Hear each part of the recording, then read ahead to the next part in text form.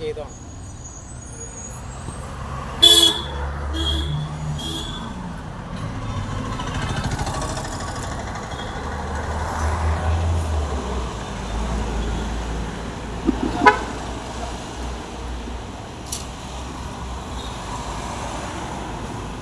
ബഹുമാന്യരായ മാതാപിതാക്കളും പ്രിയ സഹോദരങ്ങളും,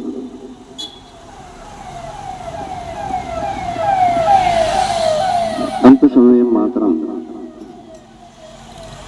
തിരുവഴുത്തിലെ ചില വേദഭാഗങ്ങൾ വായിക്കുവാൻ ആഗ്രഹിക്കുകയാണ്.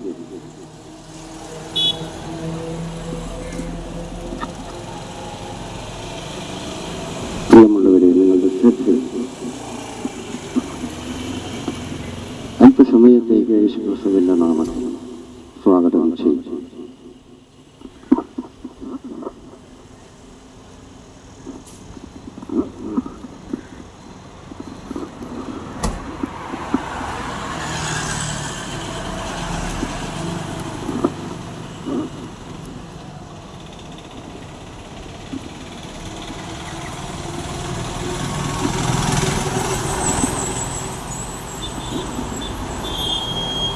തിരുവഴുത്ത് നമ്മെ എപ്രകാരം ബോധ്യപ്പെടുത്തുന്നു?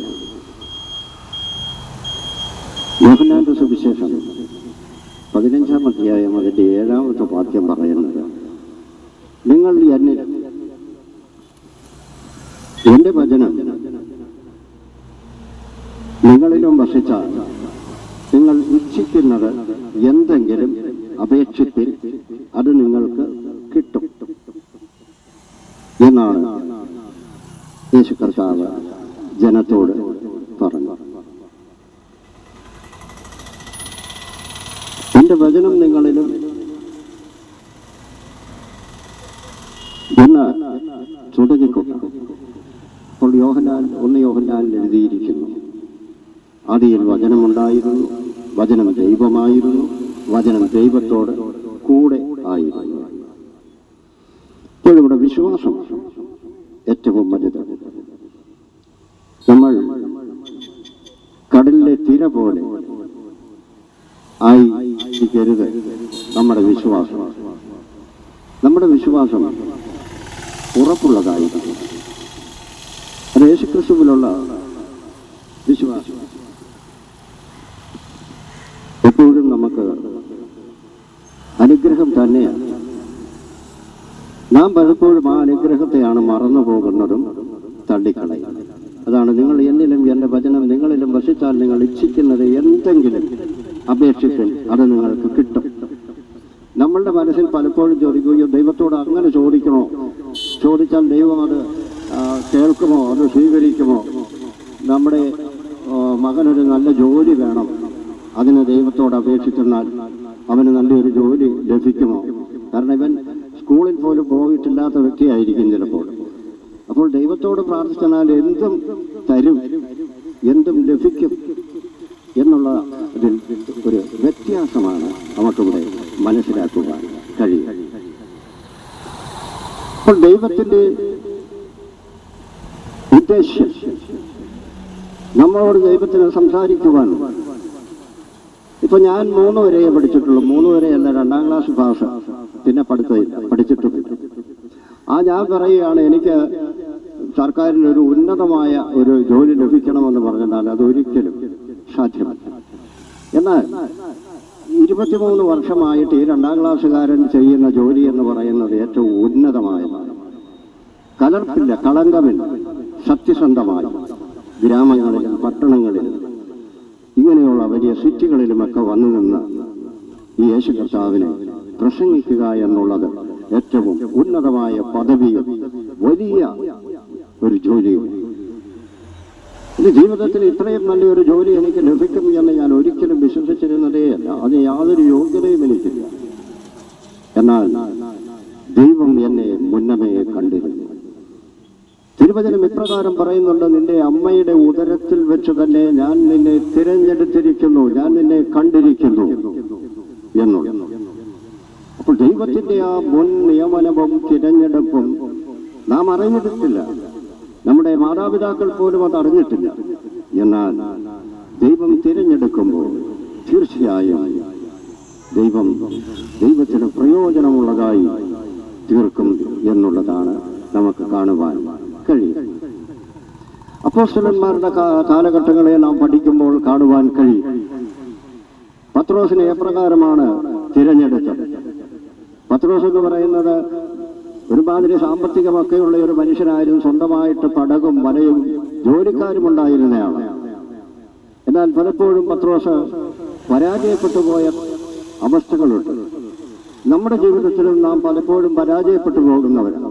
എന്നാൽ നമ്മുടെ അധ്വാനത്തിന് യാതൊരു കുറവുമില്ല. നമ്മൾ യഥേഷ്ടം അതികഠിനമായി അധ്വാനിക്കുന്നവരും. എന്നാൽ ചിലപ്പോൾ ഫലം കണ്ടെത്തുവാൻ നമുക്ക് കഴിയുകയില്ല. കാരണം നാം അധ്വാനിച്ചെന്നാൽ അതിന് ഫലം തരുന്നത് ദൈവം തന്നെയാണ്. അത് ദൈവത്തിലുള്ള നമ്മുടെ അടിയുറച്ച വിശ്വാസവുമാണ്. അതാണ് ഒരു ദിവസം യേശു കടൽക്കരയിൽ വന്നപ്പോൾ പത്രോസും കൂട്ടുകാരും വല കഴുകിക്കൊണ്ടിരിക്കുകയാണ്. അപ്പോൾ അവരോട് അടുക്കൽ വിളിച്ച് അവരോട് സംസാരിച്ചപ്പോൾ പത്രോസ് പറഞ്ഞു, നാഥാ, രാത്രി മുഴുവൻ ഞങ്ങൾ അധ്വാനിച്ചു, ഒന്നും കിട്ടിയില്ല, നിരാശയാണ്. ഒരു രാത്രി മുഴുവൻ. ഗലീല കടൽ എന്ന് പറയുന്നത് 21 കിലോമീറ്റർ നീളവും 11 കിലോമീറ്റർ വീതിയുമുള്ള ഒരു ചെറിയ ഒരു കായൽ അല്ലെങ്കിൽ തടാകമാണ് ഗലീല കടൽ. ഗന്നസരേത്ത് തടാകം എന്നും അതിന് പേര്. അപ്പോൾ അവിടെ എപ്പോഴും അതിശക്തമായതും അതിൽ കുറവുള്ളതുമായ കൊടുങ്കാറ്റുകൾ ആഞ്ഞടിച്ചു കൊണ്ടിരിക്കും. അതിന്റെ ചുറ്റും കരിമ്പാറ കെട്ടുകളാണ്, മലകളാണ്. അപ്പോൾ ആ തിരമാലകളെയൊക്കെയും അതിജീവിച്ചുകൊണ്ട് തന്റെയും തന്റെ സഹപ്രവർത്തകരുടെയും കായബലം കൊണ്ട് ആ തിരമാലകളുടെ ശക്തിയെ അതിജീവിച്ചുകൊണ്ടവർ ഗലീലാക്കടലിൽ ഒരു രാത്രി മുഴുവൻ അധ്വാനിച്ചിട്ടും അവർക്ക് ഒരു മീൻ പോലും കിട്ടിയില്ല. അങ്ങനെ നിരാശപ്പെട്ടവരാണ്. അപ്പോൾ നമ്മുടെ ജീവിതത്തിൽ നാം പലതിനെ കുറിച്ചും ആലോചിക്കുകയും ആഗ്രഹിക്കുകയും അതിനായി നാം കഷ്ടത അനുഭവിക്കുകയും അതിനായി നമ്മൾ പ്രയത്നിക്കുകയും ചെയ്തിട്ട് നമുക്കൊന്നും ലഭിക്കാതിരുന്നാൽ നാം അവിടെ പരാജയപ്പെട്ടു പോയി എന്നുള്ളതല്ല അതിന്റെ അർത്ഥം. നാം അവിടെ വാസ്തവമായും വിജയിക്കുകയായി. കാരണം പിന്നെയും പിന്നെയും നമ്മളെ പ്രചോദിപ്പിച്ചുകൊണ്ടിരിക്കുന്നത് നമുക്ക് ജീവിക്കണം എന്നുള്ളതാണ്. അതാണ് ഇവിടെ യേശു പറയുകയാണ്. യോഹന്നാന്റെ സുവിശേഷം 15:7 നിങ്ങൾ എന്നിലും എന്റെ വചനം നിങ്ങളിലും വസിച്ചാൽ നിങ്ങൾ ഇച്ഛിക്കുന്നത് എന്തെങ്കിലും അപേക്ഷിപ്പിൻ, അത് നിങ്ങൾക്ക് കിട്ടും. അപ്പോൾ അത് ദൈവം ഉറപ്പിച്ചു പറയുകയാണ്, അത് നിങ്ങൾക്ക് കിട്ടുമെന്ന്. അപ്പോൾ ദൈവത്തിൽ വിശ്വാസം നഷ്ടപ്പെട്ടു പോകുവാനുള്ള അനേക സാഹചര്യങ്ങൾ നമ്മുടെ മുൻപിലേക്ക് ശത്രുവായവൻ കൊണ്ടുവരും. എന്നാൽ അതിനെയൊക്കെയും അതിജീവിച്ചുകൊണ്ട് സകല സൃഷ്ടിയുടെയും ഉടമസ്ഥനായ ദൈവം തന്നെയാണ് എന്നോട് പറഞ്ഞിരിക്കുന്നത്, ദൈവത്തോട് അപേക്ഷിച്ചെന്നാൽ അവർക്ക് കിട്ടുമെന്ന്. അതിനുവേണ്ടി നാം കാത്തിരിക്കേണ്ടി വരും. ഇപ്പോൾ MA അല്ലെങ്കിൽ MB അങ്ങനെ പാസ്സായ വളരെ ഒരു ഉദ്യോഗാർത്ഥിക്ക് 35 വയസ്സ് തികഞ്ഞു കഴിഞ്ഞാൽ അവർക്കൊരു ജോലി ലഭിക്കുകയില്ല ഗവൺമെന്റിൽ. അപ്പോൾ അവർ കാണുന്നത് പലരും ചോദിക്കുന്നതാണ്, വിശക്കുമ്പോഴല്ലേ ആഹാരം കഴിക്കേണ്ടത്? അപ്പോൾ ഇന്നലെ വരെ ആ വ്യക്തി കഴിച്ചത് എവിടെ നിന്നാണ്? ആര് കൊടുത്തതാണ്? ആരാണ് ആ ഭക്ഷണങ്ങളൊക്കെ ഉത്പാദിപ്പിച്ചത്? ഇവിടെ ഉത്പാദിപ്പിച്ചെങ്കിൽ മാത്രമല്ലേ ഭക്ഷണത്തിനുള്ള വസ്തു നമുക്ക് ലഭിക്കുകയുള്ളൂ. ആയതിനാൽ പ്രിയമുള്ളവരെ, ദൈവം നമുക്ക് വേണ്ടി കരുതി വെച്ചിട്ടാണ് പറഞ്ഞിരിക്കുന്നത്, നിങ്ങൾ അപേക്ഷിപ്പിൻ, നിങ്ങൾ എന്ത് ആഗ്രഹിക്കുന്നുവോ അത് നിങ്ങൾക്ക് കിട്ടും എന്ന് പറഞ്ഞിരിക്കുന്നത്.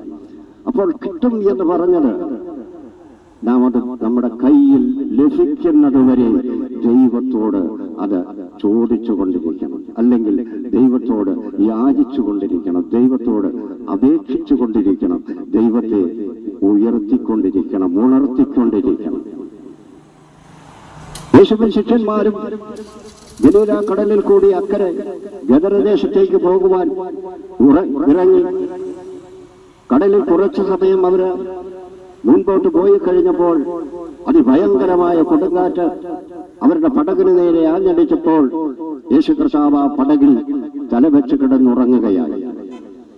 അപ്പോൾ ശിഷ്യന്മാർ പറഞ്ഞു, നാഥ, ഞങ്ങൾ നശിച്ചു പോകുന്നതിൽ നിനക്ക് ദുഃഖമില്ലയോ, അല്ലെങ്കിൽ നിനക്കൊരു പ്രയാസവുമില്ലയോ? നിന്നെ വിളിച്ചിട്ട് വന്നവരാണ് ഞങ്ങൾ, നിന്റെ കൂടെയാണല്ലോ ഞങ്ങൾ. ഇപ്പോഴത്തെ ഞങ്ങൾ മരിച്ചു പോകുവാൻ തുടങ്ങുന്നു. ഞങ്ങൾ ഈ ഗലീല കടൽ എന്ന് പറയുന്നത് ഇഞ്ചോടിഞ്ച് സ്ഥലം ഞങ്ങൾക്കറിയാവുന്നതാണ്. ഇവിടുത്തെ കാലാവസ്ഥ ഞങ്ങൾക്ക് പരിചയമുണ്ട്. ഇന്നലെ വരെയും ഞങ്ങൾ അതിനെ അതിജീവിച്ചതാണ്. പക്ഷെ ഇപ്പോഴടിക്കുന്ന ഈ കൊടുങ്കാറ്റ് ഞങ്ങളെ നശിപ്പിക്കുവാൻ, ഞങ്ങളെ ഇല്ലാതെയാക്കുവാൻ വന്നിരിക്കുന്നതാണ്.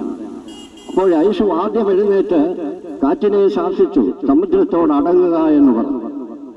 വാസ്തവം പറഞ്ഞാൽ കാറ്റ് എവിടെ നിന്ന് വരുന്നു, കാറ്റ് എങ്ങോട്ട് പോകുന്നു എന്ന് ഒരു മനുഷ്യർക്കും അറിഞ്ഞുകൂടാ. ചിലപ്പോൾ നമ്മൾ പറയും തെക്ക് നിന്ന് വന്നു, വടക്ക് നിന്ന് വന്നു, പടിഞ്ഞാറ് നിന്ന് കിഴക്ക് നിന്നൊക്കെയും വന്നു എന്ന് പറഞ്ഞെന്നാലും ആ കാറ്റ് വന്നത് എവിടെ നിന്നാണെന്നും അതെങ്ങോട്ടാണ് ആ കാറ്റ് പോകുന്നതെന്നും ഒരു മനുഷ്യനും അറിഞ്ഞുകൂടാ. അപ്പോൾ അതാണ് യേശു നമ്മുടെ കണ്ണുകൊണ്ട് കാണുവാൻ കഴിയാത്ത ആ ശത്രുവിനെയാണ് യേശു ശാസിച്ചത്. കാറ്റ് ശാന്തമാകുക, കടലിനോട് അടങ്ങുവാൻ പറഞ്ഞു. അപ്പോൾ അതെല്ലാം സംഭവിച്ചു. അപ്പോൾ ശിഷ്യന്മാർക്ക് അത്ഭുതമാണ് തോന്നിയത്. പ്രകൃതി പോലും ഇവനെ അനുസരിക്കുന്നു, എന്നിട്ടും നമുക്ക് ഇവനെ വിശ്വസിക്കുവാൻ കഴിയുന്നില്ല. നമ്മൾ എത്ര വിഡ്ഢികളായി ആണ് എന്ന് അവർ ചിന്തിച്ചിട്ടുണ്ടായിരിക്കും. അപ്പോൾ പ്രിയമുള്ളവരെ, നമ്മളുടെ ജീവിതത്തിൽ നമുക്ക് ഏറ്റവും വലുത് യേശുക്രിസ്തുവിലുള്ള വിശ്വാസമാണ്. യേശു നമ്മളെ ഏറ്റവും വലിയ, ഏറ്റവും ഉന്നതമായ പദവിയിലേക്ക് നമ്മളെ ഉയർത്തുവാനാണ് യേശു ഭൂമിയിലേക്ക് വന്നത്. അല്ലെങ്കിൽ നമ്മൾ താണവരായി, ഒന്നുമില്ലാത്തവരായി ഇവിടെ അലഞ്ഞു തിരിഞ്ഞ് നടക്കുവാൻ വേണ്ടിയല്ല യേശു ഭൂമിയിലേക്ക് വന്നത്. കാരണം അനുകൂലമല്ലാത്ത ഈ ലോകത്ത് അനേക പ്രതികൂലങ്ങളെ നേരിടുവാനുള്ള ശക്തി ഒരു മനുഷ്യനും ഇവിടെയില്ല. മനുഷ്യൻ പലപ്പോഴും പരാജയപ്പെട്ടു പോകുന്നവനാണ്. ഏറെ കണക്ക് കൂട്ടിയാലും പരാജയമാണ് അവരുടെ ജീവിതത്തിലൊക്കെ. എന്നാൽ ഒരു വിജയം സുനിശ്ചിതമാണ്. അതാണ് ഇവിടെ യേശു പറഞ്ഞത്, നിങ്ങൾ യാചിക്കുന്നത് നിങ്ങൾക്ക് കിട്ടും എന്ന് പറഞ്ഞത്. അതിന് നമുക്ക് അത്യാവശ്യം യേശുവിലുള്ള വിശ്വാസം. കാരണം യേശു ലാസറിനെ ഉയർപ്പിച്ചു. മരിച്ച 4 ദിവസമായി കല്ലറയിലിരുന്ന ലാസറിനെ യേശു ഉയർപ്പിച്ചു. ലാസറിനോട് കൂടെ യേശു ഭക്ഷണം കഴിച്ചു. എന്നാൽ ലാസർ പിന്നെയും മരിച്ചുപോയി. എന്നാൽ യേശു കൽവരിയിൽ ക്രൂശിക്കപ്പെട്ടു, മരിച്ചടക്കപ്പെട്ടു 3-ാം നാൾ ഉയർത്തെഴുന്നേറ്റത് മരിക്കുവാനല്ല, എന്നേക്കും ജീവിച്ചിരിക്കുവാനാണ്. നമ്മൾ യേശുവിനോട് ചേർന്ന് എന്നേക്കും ജീവിച്ചിരിക്കുന്നതിന്റെ ഒരു വെളിപ്പാടാണ് അവിടെ ഈ 3-ാം ദിവസത്തെ യേശുവിന്റെ ഉയർത്തെഴുന്നേൽപ്പിനെ കാണിക്കുന്നത്. അതിനാവശ്യം യേശു മരിച്ചില്ല എങ്കിൽ സ്വർഗത്തിൽ നിന്ന് പരിശുദ്ധാത്മാവെന്ന അത്യന്ത ശക്തി ഈ ഭൂമിയിലേക്ക് ഇറങ്ങി വരികയോ അത് മനുഷ്യന്റെ മേൽ വ്യാപരിക്കുകയോ അത് മനുഷ്യനെ നയിക്കുകയോ ചെയ്യുന്നതായി ഒരു തർക്കം അറിഞ്ഞുകൂടാ. ആരും അതുവരെ ആ ശക്തിയെ അനുഭവിച്ചിട്ടുമില്ല. അപ്പോൾ യേശു ശിഷ്യന്മാരോട് പറഞ്ഞു, നിങ്ങൾ യെരൂശലേമിൽ തന്നെ ഇരിക്കണം, ഇവിടം വിട്ടു പോകരുത്. പിതാവിങ്കിൽ നിന്ന് വാഗ്ദത്തം പ്രാപിക്കുന്നത് വരെ ഇവിടെ ഇരിക്കണം. അങ്ങനെയാണ് അപ്പോസ്തല പ്രവൃത്തി 2-ാം അധ്യായത്തിൽ പത്രോസും കൂടെയുള്ള 120 പേരടങ്ങുന്ന ഒരു ചെറിയ സംഘം അവിടെ യേശുവിന്റെ അമ്മയായ മറിയവും ഉണ്ടായി. ആരാധിച്ചു കൊണ്ടിരിക്കുമ്പോൾ കൊടിയ മുഴക്കത്തോടു കൂടെ അഗ്നാവുകൾ പോലെ പിളർന്നിരിക്കുന്ന തീ അവരുടെ അടുത്ത് മിന്നിമറഞ്ഞു. അവരിലെല്ലാം പരിശുദ്ധാത്മാവ് വ്യാപരിച്ചപ്പോൾ അവരെല്ലാവരും അന്യഭാഷയിൽ ആരാധിക്കുവാൻ തുടങ്ങി. ആ ആരാധനയുടെ ശബ്ദവും മുഴക്കവും കേട്ടാണ് യെരൂശലേം ദേവാലയത്തിൽ പെന്തക്കോസ്ത് പെരുന്നാൾ ആചരിച്ചു കൊണ്ടിരുന്ന 10,000-കണക്കിന് ജനങ്ങൾ അവിടെ കൂടി വരുവാനിടയായി. അതിനു മുമ്പ് അത്തരം ഒരു ശബ്ദം ആരും കേട്ടിട്ടില്ല. ആരാധനകൾ നടക്കുന്നുണ്ട്, അതിന്റെ ശബ്ദം കേൾക്കാം. അവിടെ പ്രസംഗിക്കുന്നുണ്ട്, പാട്ടുപാടുന്നുണ്ട്, കൈയടിക്കുന്നുണ്ട്, ഇതെല്ലാമുണ്ട്. എന്നാൽ ഇത്രയും വലിയ ഒരു ശബ്ദം, ഒരു മുഴക്കം അവരാദ്യം കേൾക്കുകയാണ്. അവിടെ വന്നവരിൽ പലരും എഴുന്നേറ്റ് നിന്ന് പല പരാതികളും പറഞ്ഞപ്പോൾ പത്രോസ് 11 പേരുടെ മധ്യത്തിൽ എഴുന്നേറ്റ് നിന്നുകൊണ്ട് വിളിച്ചു പറഞ്ഞത്, ഇത് യോവേൽ പ്രവാചകൻ പറഞ്ഞതുപോലെ അന്ത്യകാലത്തിൽ സകല ജനത്തിന്മേലും ഞാൻ എന്റെ ആത്മാവിനെ പകരും. അത് ഇത്രയും മാത്രം നമ്മൾ ചെയ്താൽ മതി. ദൈവത്തിന്റെ പരിശുദ്ധാത്മാവ് നമ്മളുടെ മേൽ വരണമെങ്കിൽ നാം യേശുവിനെ രക്ഷകനും കർത്താവുമായി സ്വീകരിക്കുക തന്നെ വേണം. അപ്പോസ്തലന്മാരുടെ പ്രവർത്തികൾ 19-ാം അധ്യായം അതിന്റെ 2-ാമത്തെ വാക്യം ഞാൻ വായിച്ചാലും ബൈബിളുള്ള നിങ്ങൾ ആര് പോയി വായിച്ചാലും അവിടെ കാണും.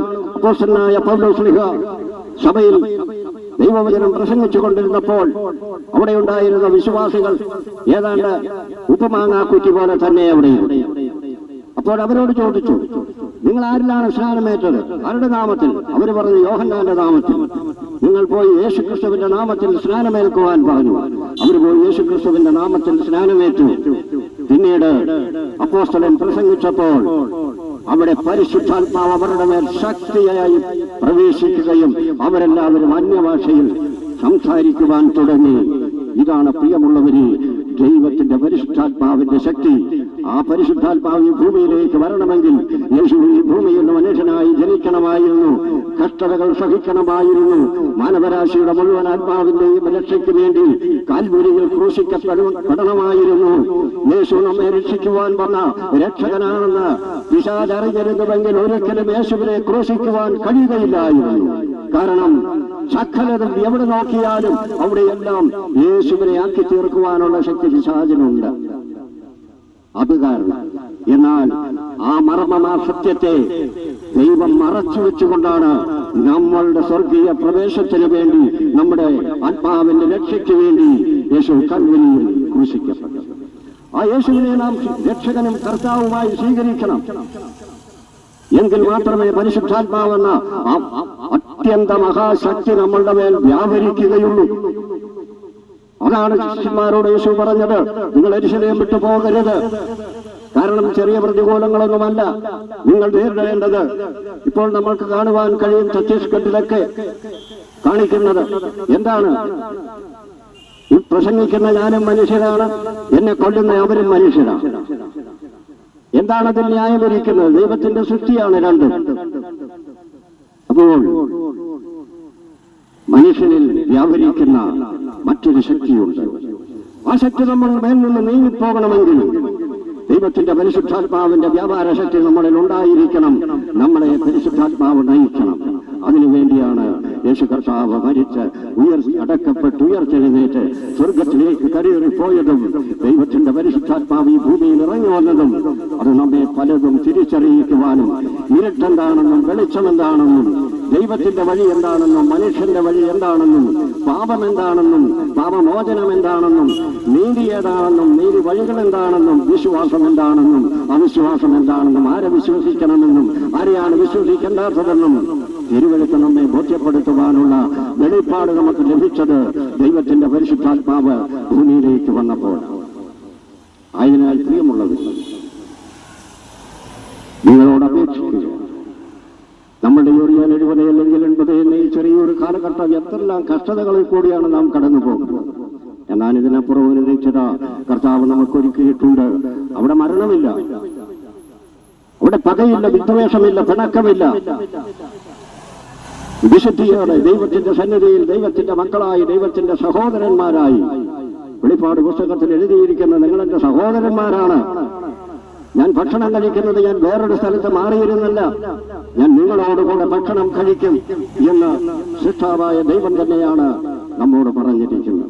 ആയതിനാൽ ആ ദൈവരാജ്യത്തിലേക്ക് പ്രവേശിക്കുവാൻ ഒരുങ്ങിയിരിക്കണമേ എന്ന അപേക്ഷയോടും പ്രാർത്ഥനയോടും കൂടെ എന്റെ വാക്കുകൾ ഇവിടെ അവസാനിപ്പിക്കുമ്പോൾ ഈ വലിയ ഈ സിറ്റിയെ കർത്താവായ യേശുക്രിസ്തു ധാരാളമായി അനുഗ്രഹിക്കട്ടെ. എല്ലാ ജോലിയിൽ ഏർപ്പെട്ടിരിക്കുന്നവരെയും ദൈവം സമാധാനിപ്പിക്കട്ടെ, അനുഗ്രഹിക്കട്ടെ. വ്യാപാര മേഖലകളിലായിരിക്കുന്നവരെ എല്ലാവരെയും ദൈവം അനുഗ്രഹിക്കട്ടെ. വാഹനങ്ങൾ ഓടിക്കുന്ന എല്ലാ സഹോദരങ്ങളെയും ദൈവം അനുഗ്രഹിക്കട്ടെ. യേശു കർത്താവിന്റെ സമാധാനവും സന്തോഷവും സ്നേഹവും അവരുടെ ഹൃദയങ്ങളിൽ എന്നും വസിക്കട്ടെ. ആയതിനാൽ ഒരിക്കൽ കൂടി ആ വാക്യം വായിക്കുകയാണ്. യോഹന്നാന്റെ സുവിശേഷം 15-ാം അധ്യായം 7-ാം വാക്യം, നിങ്ങൾ എന്നിലും എന്റെ വചനം നിങ്ങളിലും വസിച്ചാൽ നിങ്ങൾ ഇച്ഛിക്കുന്നത് എന്തെങ്കിലും അപേക്ഷിപ്പിന് അത് നിങ്ങൾക്ക് കിട്ടും. അപ്പോൾ വിശ്വാസം നമ്മുടെ ഹൃദയത്തിലുണ്ടെങ്കിൽ നാം അപേക്ഷിച്ചെന്നാൽ ദൈവം അത് നമുക്ക് തരും. ഓക്കെ.